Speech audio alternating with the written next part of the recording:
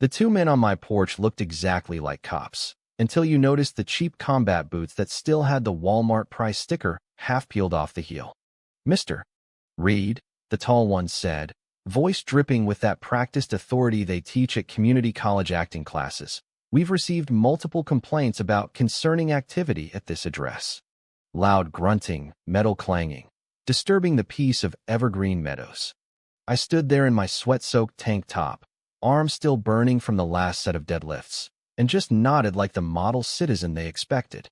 Because that's what you do when the queen of the HOA decides your backyard home gym is suddenly a national security threat. Except it wasn't about my gym. I could see it in the way their eyes kept darting next door to Dr. Nathan Cole's perfectly boring beige ranch house. The nervous short one was white-knuckling his clipboard so hard the plastic creaked. I smiled, small, polite, the kind of smile that says, "I'm cooperating," while my brain was already cataloging every lie. "Complaints, huh? From who?" Tall cop's jaw twitched. "That's confidential, sir. Just keep the noise down. People move here for harmony." Harmony. Right. The same word Victoria Lang, our HOA president, used last month when she fined me $250 for having my American flag up 1 inch too high on the pole.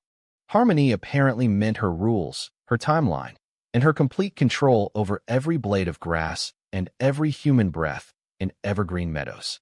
I pulled out my phone like I was checking the time. Camera already rolling, mic hot. "Sure thing, officers. Mind giving me your badge numbers? Just for my records. You know how it is. HOA loves paperwork." The air between us went thick as cold gravy. Nervous cop stammered something about sheriff's department policy, but his partner was already backing down the steps, eyes flicking to Dr. Cole's curtain that had just twitched. They climbed into a shiny black sedan that had the ghost of a Hertz sticker still visible on the windshield. No antennas. No light bar. Just two clowns in rented costumes who thought I was too stupid, or too broken, to notice. I waited until the taillights disappeared around the corner before I let the smile drop. "My name is Marcus Reed. 15 years in Army intelligence. The kind of work where noticing the wrong shoes saves your life. I came to Evergreen Meadows to disappear. To let the nightmares quiet down. To be the guy who waves at the mailman and never makes waves." But Victoria Lang couldn't stand that. She'd already painted me as that angry veteran in the neighborhood group chat after I politely declined her suggestion to replace my perfectly fine truck with something more aesthetically pleasing. Now she'd escalated to fake cops. And the real target wasn't me. It was the quiet little doctor next door who never left his house and watered his geraniums like they might explode. I stepped inside, locked the deadbolt, and opened the laptop. First things first, run the plate. My old buddy Diego in Virginia picked up on the second ring. "Marcus, you said you were retiring." "I am. Just need you to tell me why 2 Walmart cops just tried to intimidate me over deadlifts." I sent the video. 30 seconds later, Diego whistled low. "Rental car. Fake badges. One of them's ex-private security, bounced for excessive force. They're not cops, brother. They're errand boys." I stared at the live feed from the cheap camera I'd tucked inside the plastic flamingo Victoria herself had gifted every house last summer. Across the street, her colonial McMansion glowed like a throne. A black van with Speedy Plumbing on the side pulled into her driveway. 2 linebackers in coveralls carried a heavy toolbox inside. They left 27 minutes later with the same toolbox. Plumbers don't make house calls that fast. The next morning, my truck sat on 4 tires. Clean, professional cuts. The kind that say, "We can reach you anytime." I stood there sipping coffee like it was just another Tuesday. Neighbors peeked from behind curtains, already whispering. I could practically hear Victoria's voice in the group chat. "See? That Reed man brings trouble. We need to protect our property values." But I wasn't angry. I was calculating. Because anger is loud. Patience is a scalpel. Dr. Cole finally cracked that same afternoon. He shuffled across the lawn in slippers, watering can shaking in his hand, eyes darting like a rabbit. "Your truck," he whispered. "I saw them last night. I'm so sorry. I didn't move. Let him come to me." "Not your fault, Doc. But those weren't cops yesterday, were they?" His shoulders caved. 10 minutes later, we were in my kitchen and the dam broke. "My name isn't even Cole. It's Nathan Hale." I designed the core AI for drone swarms, thousands of tiny machines that think as one mind.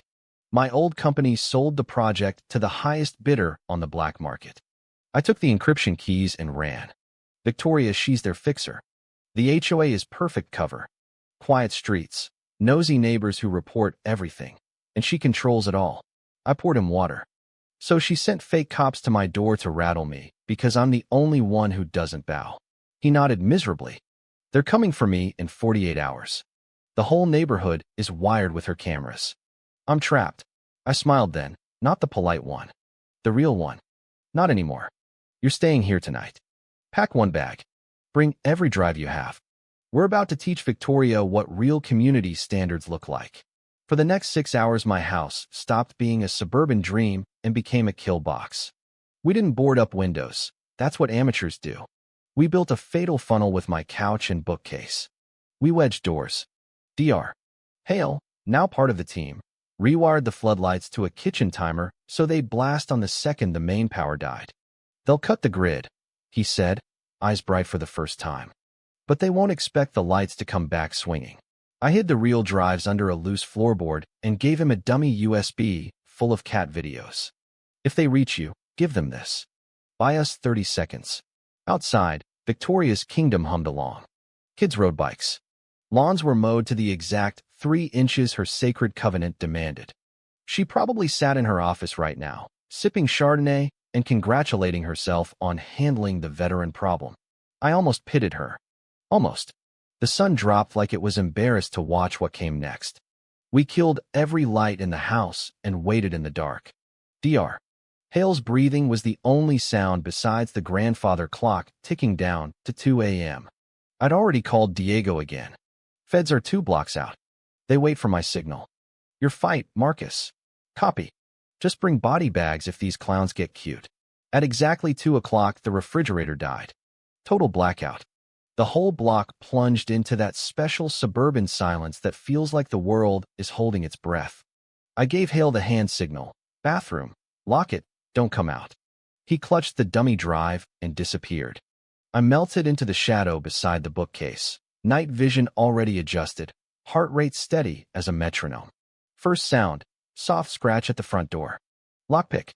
Professional. 2 silhouettes slipped inside, suppressed rifles up, moving like they owned the night. They didn't know I'd spent the afternoon memorizing every creak in my own floorboards. The lead man stepped exactly where I wanted him, into the narrow channel between couch and bookcase. I moved. No roar, no drama. Just a hand around his ankle and my shoulder driving his hip. He dropped like a sack of HOA fines. One precise nerve strike, and he was out. His partner spun, muzzle flashing with a suppressed cough. Bullet buried in leather where my head had been. I came over the sofa like a ghost, twisted his arm until the rifle clattered, then drove an elbow into his temple. 2 down in under 9 seconds. Outside, the floodlights exploded to life exactly as Hale had rigged them. 2 more men staggered in the sudden glare, night vision goggles fried, cursing in the kind of language that would get them fined $500 by the decorum committee. I slipped out the side door, barefoot on cool grass, and circled wide. First guy never saw me. Sleeper hold, lights out. The last one, the leader, spun with a knife. Big mistake. Knife fights in the dark are conversations I've finished many times.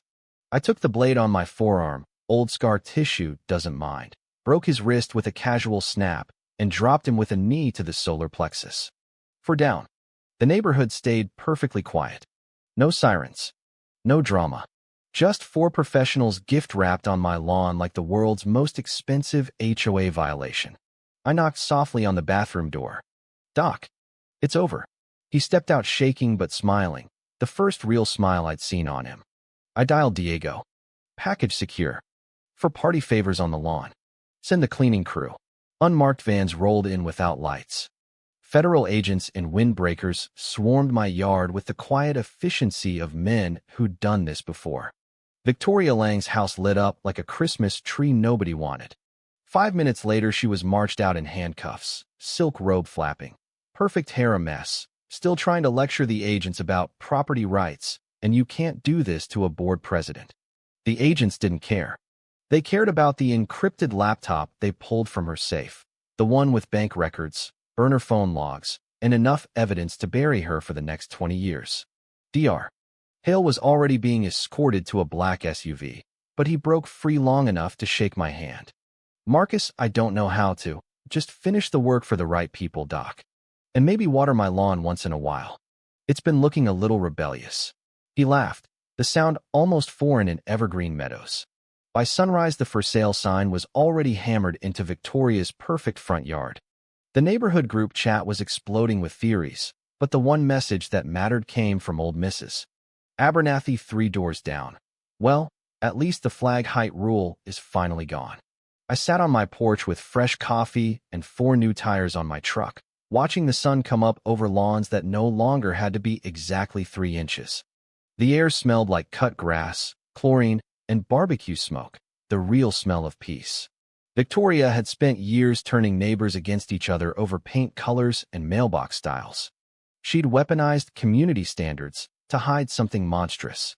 And I, the guy she'd labeled trouble from day one, had just ended her reign with nothing louder than a couple of well-placed lights and some patience. So here's the question I'm leaving you with. Was Victoria Lang the real criminal for twisting HOA rules into a cage and trying to disappear an innocent man, or was I the villain for refusing to stay quiet and follow the rules when those rules were protecting monsters? Drop your answer in the comments. Because in Evergreen Meadows, the grass isn't the only thing that got cut today. See you in the next HOA nightmare.